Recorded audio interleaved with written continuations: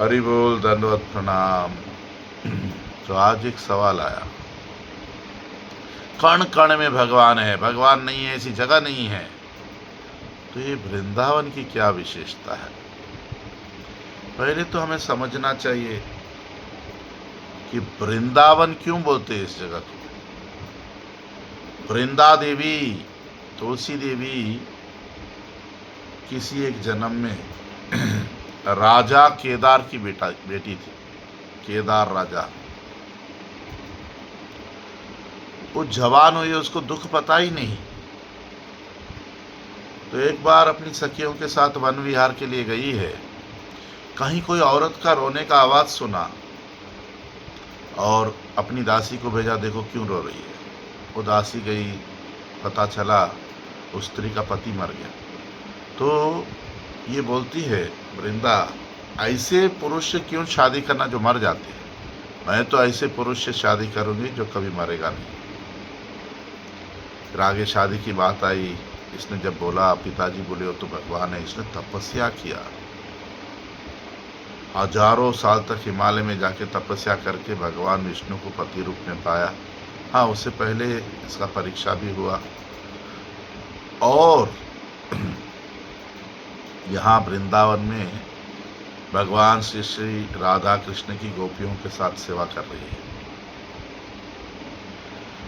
तो भगवान इतने प्रसन्न हुए हैं इस वृंदा देवी से, तुलसी देवी से, कि भगवान ने बोल दिया कि तुम्हारे पत्ते के बिना, तुम्हारे मंजरी के बिना मैं किसी का भोग, किसी का कोई चीज स्वीकार नहीं करूँगा। ऐसी श्रेष्ठ सेवा, बिना तुलसी का पत्ता भगवान, इसके लिए बहुत सारे इतिहास हम बता सकते हैं कि कैसे भगवान ने तुलसी देवी का इतना सम्मान किया।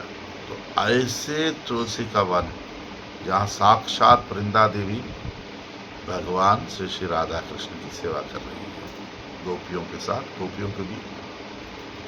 तो इतना ऊंचा स्थान जगत में जहाँ भगवान बोल देते कि तुम्हारे बिना। और दूसरी बात, भगवान के अनेक अनेक स्वरूप है, अनेक अनेक।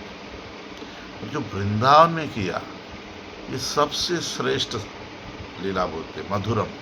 हम भगवान को बोलते हैं ना, अधरम मधुरम वदनम मधुरम। ये मधुरता यानी वंशी बजाया वृंदावन में,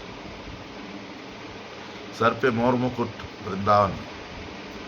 और मथुरा द्वारका में तो भगवान वंशी बजाते नहीं, मोर मुकुट क्या बोलते, ये नहीं रखते। गोपियों के रासलीला तो और कहीं नहीं करते भगवान।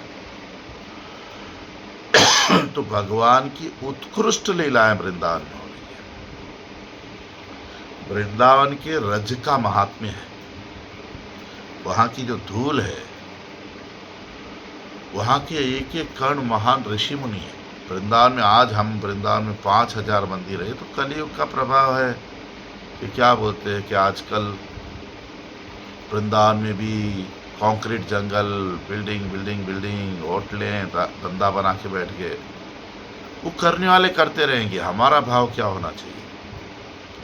श्रीमती राधा रानी की कृपा मिले। श्रीमती राधा रानी भगवान के लोगों में सबसे ज्यादा से ज्यादा प्रेम वाली। महादेव, शिव, ब्रह्मा जी, लक्ष्मी जी सब तो राधा की कृपा चाहते हैं। महादेव ने तो, शिव जी ने तो एक प्रार्थना लिख दी,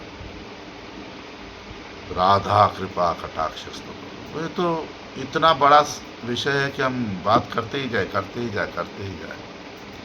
हम सब जीव है, हमारे जीवन का लक्ष्य है कृष्ण प्रेम। हम सब प्रेम चाहते हैं और उस दिव्य प्रेम को भगवान ने प्रकाशित किया कि कैसे होता है। एक छोटा ट्रेलर दिखाते हैं ऐसे कि आओ वृंदावन, आओ देखो वृंदावन में मेरी क्या क्या लीला होती है। भगवान की लीला नित्य है, ऐसा नहीं कि 5000 साल पहले आए थे। आज भी हमारे राधा कृष्ण वृंदावन में रासलीला करते हैं, हमारे कृष्ण वंशी बजाते हैं, इतनी सुंदर सुंदर लीलाएं करते हैं।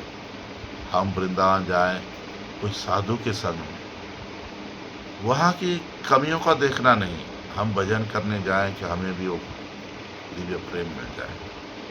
हरि बोल, दंडवत प्रणाम। वृंदावन धाम की जय हो। जय जय श्री राधे।